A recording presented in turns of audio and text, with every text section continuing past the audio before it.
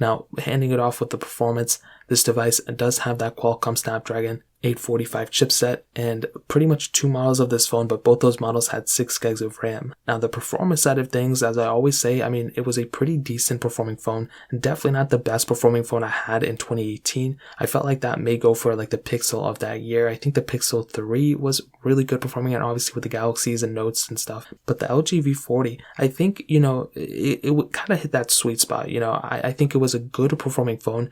I think it was very limited by the software. I think that was one of the bigger disadvantages of this phone. But on top of that, when you have a phone like a V40, you want it to be, the best of the best. You want to get a good phone. And this phone's performance, I think, is actually not that bad. It's really decent. So if you're doing like basic tasks, obviously it's going to be able to be fine. Nothing's going to happen there. If you take it up a notch, obviously things are going to change a little bit. If you want to play these big, heavy, intensive games, one of the problems that I had with this phone was that it would heat up like crazy all the time. So even if I had just like rebooted this phone, if I was like going through something, it would heat up. If I was playing a game or something, it would heat up quite a bit. And I think that's one of the bigger disadvantages of this phone, is that it does heat up, quite a bit. So if you're not comfortable with it, if you don't like a phone that, heats up in your hand, then obviously this is not the phone for you. It isn't as bad as something like a Galaxy S4, but it's still a pretty, it gets heated up pretty fast if you ask me. But regardless of that, I think overall this phone's performance is a positive,